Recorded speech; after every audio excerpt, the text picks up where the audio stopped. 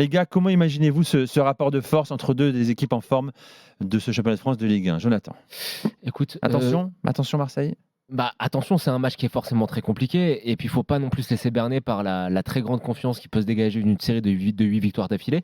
Alors certes, dans le jeu et dans le contenu, les 8 victoires, il y avait beaucoup de très bonnes choses, mais Monaco, ça a tout d'être l'adversaire piège. Alors évidemment, l'absence de Paul Lopez, si elle est confirmée, c'est un gros souci parce que Paul Lopez, sur la série du match, je pense qu'il ramène à lui tout seul une voire deux victoires. Il a été vraiment décisif, même si ses débuts à Marseille avaient été un petit peu décriés et sa fin de saison aussi.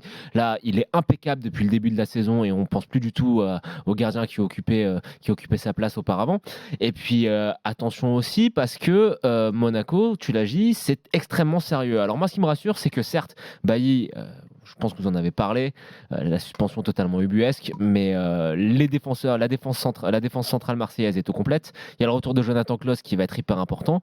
Mais voilà, tu es face à un vrai test du niveau Ligue des Champions. Et quand on sait comment Marseille a géré ces tests niveau Ligue des Champions, même si 8 victoires ça donne confiance, il y a de quoi quand même un petit peu être au moins excité.